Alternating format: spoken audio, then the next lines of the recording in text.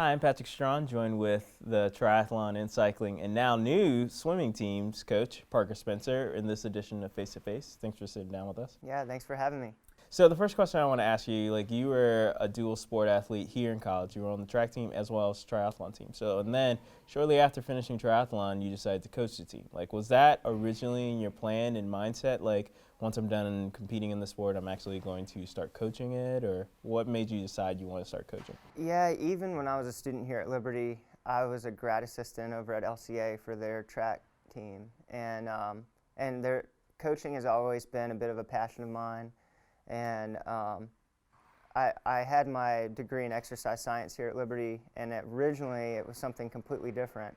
And then once I really got into the sport of triathlon, I realized that this is really what I wanted to dedicate my life to, and felt like that's what God was telling me to do. And so right out of college, I moved to Richmond and started coaching with Endorphin Fitness.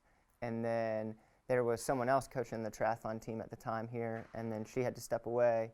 And then that's when Kurt called me and asked me if I was interested in coaching the team. And definitely, Liberty has always had a really special place in my life, and so it was a no-brainer for me to do that.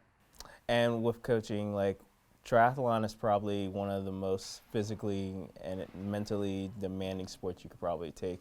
And being someone who was a part of the team, so with that in mind, how do you get your athletes not only just listen to what you're teaching, because obviously they're college kids, they think they know more, Right. and you don't, but more so buy in to what you're trying to teach them too? You know, I think that when you really explain the purpose of a workout, like why I'm making them do what they're doing, then it helps them really buy into the whole process. And the way that we coach is very scientific.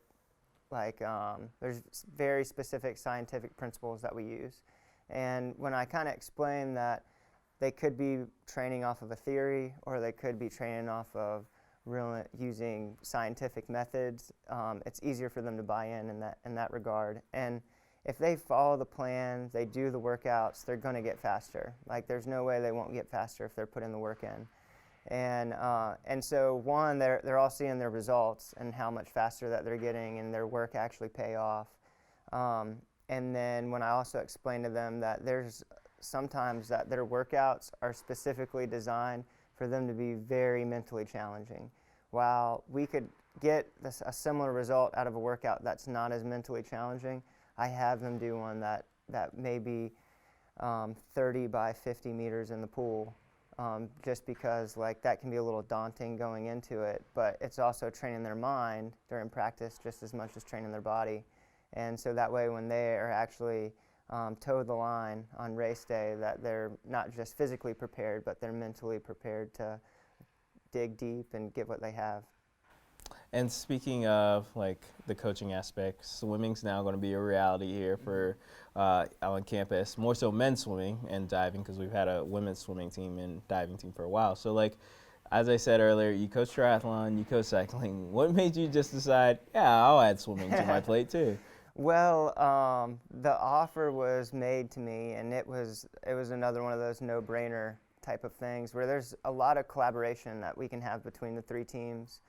And the swim team is going to benefit from having some of the triathlon team jump into some of those practices. And the more you have other athletes to be able to train with, especially at similar ability levels, the better your training is going to be. Just because it could help push someone to a level that they didn't know that they were quite capable of, just because a little bit of competitiveness gets involved during practice. And the same thing with the cycling team. The cycling team it's been great to have triathlon members jump over and practice with them and even compete. And then it's also been good for the triathlon team to have other cyclists to really be able to push them during a long ride or something like that.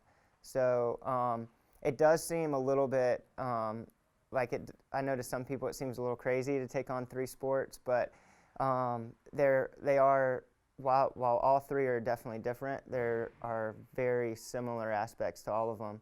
So the collaboration between the three is actually going to be a really cool thing. And yeah, let's speak about that collaboration, because obviously you have three different teams. 3 different practice schedules, 3 different competition schedules. So more, not only is what that's going to look like, what's it going to look like for you? Because like, when do you plan on sleeping? Yeah, actually, when I was working at Endorphin Fitness full time in Richmond, and I was coaching 2 teams here, my schedule was much crazier than it is now, and then what it will be next semester. So my hours worked during the day are, even though they're still maybe a little crazy to some people's standards, it's a whole lot less than what I was doing even a month ago. So I would, and I'm also blessed with having assistant coaches with all 3 sports, and some guys that have great knowledge and everything, and can really help me not just at practices, but during competition weekends when we have 3 different teams at 3 different locations. And I'm someone who also gets bored easily, so having 3 things to focus on is exciting at the same time.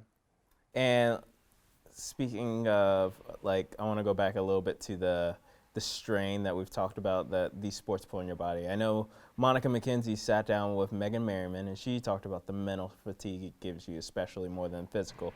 So, like, for you, someone who does compete at a world-class level, when you've competed in your world championships, like, what is it that you do then, not only to push through that wall, but more so get yourself to, like, say, I want to keep doing this? You know, one of the big things that I've learned through coaching is that you cannot coach someone to be driven. Like, they're either going to come about adopting that themselves and become a more driven athlete, or they're just one of those people that is really ambitious and they're already born with some of that drive. So you have to be very driven to do any of these sports. And there's going to be days where you wake up and the last thing you want to do is be at the pool at 5:45 a.m. And jump in a cold pool when it's cold outside too. And it definitely is fatiguing, like, day over day, but I also really monitor that with each athlete. Like, they're required to, each one of them has their own training plan, and they have to go on and give me written feedback after each workout. And those that have Garmin's can download their Garmin files, and I'm really analyzing the data so that I know when it's time to back someone off. Like in Megan's situation, even last week, I was looking at her data and looking at her training log and knew, okay, we've been pushing her pretty hard the last couple weeks. It's time to pull back a bit and let her recover. And so from a coaching perspective, you have to really monitor that. But from an athlete perspective, you just have to want it. Like all of these guys that are successful like Megan and some of our other athletes on the team, they want to be good. And they know that there's going to be times that it's not fun and that it's going to hurt. And but usually those workouts that are the least fun and hurt the most are the ones that everyone finishes and say that was awesome at the same time. And do you find it a lot easier to like help these athletes with pushing through, like leaning on your own personal experience? Definitely, and I think it helps them like respect what I'm telling them to do a little bit more as well. Like I'm not asking them to do anything that I don't do myself, even still now. So they see that. A lot of times, one of the things that I really feel like I get to connect with them on a deeper level with is there will be certain workouts that I'll jump in and suffer right next to them while they're in the middle of suffering through theirs. And it makes them kind of, I think even from a teammate perspective, when you're suffering with someone through a workout, you get a little bit of a deeper relationship with that person. And then when your coach, who wants you to be successful just as much as you do, maybe sometimes even more, is right there next to you doing the same thing, then I think it gives them a different level of respect for me and a different level of respect for what we're trying to accomplish. And let's look down the road a little bit. Like let's just look bigger picture, 5 years from now. And I just said you coach 3 teams. So now where do you want to see not just one, not just 2, but all 3 of these teams be in the future? Well, it was a big deal for my wife and I to like move back here to Lynchburg. And so that was a question that's been on the forefront of my mind, where we were established in Richmond and had a great thing going there, but feeling that God really wanted us to move back here to Lynchburg and really have these teams be our 100% focus. I have no doubt that we can have 3 national championship programs. We've already got a men's team on the triathlon side that is going to be able to compete with the best of them. I have a full roster of freshmen coming in between all 3 teams this fall, with guys on our swim team that could easily swim D1, NCAA if they wanted to. With our cycling program, we have some of the best international cyclists from around the world that are deciding to come here at Liberty. And then on the triathlon side, they've seen kind of the success that we've had last semester. And then a lot of our athletes who are kind of an ambassador for the team and telling their friends about it as well, we've been able to recruit a lot of talent in for next year as well for the triathlon side of things. So we really, for me to pick up my life in Richmond and move back here, I have no other desire than to have the best teams in the country between the 3, but also make sure that they're not just successful athletically, but that we're really diving into them from a spiritual perspective and affecting their lives in that regard. Some of the people who have made the biggest impact on my life from a spiritual perspective that has actually been coaches.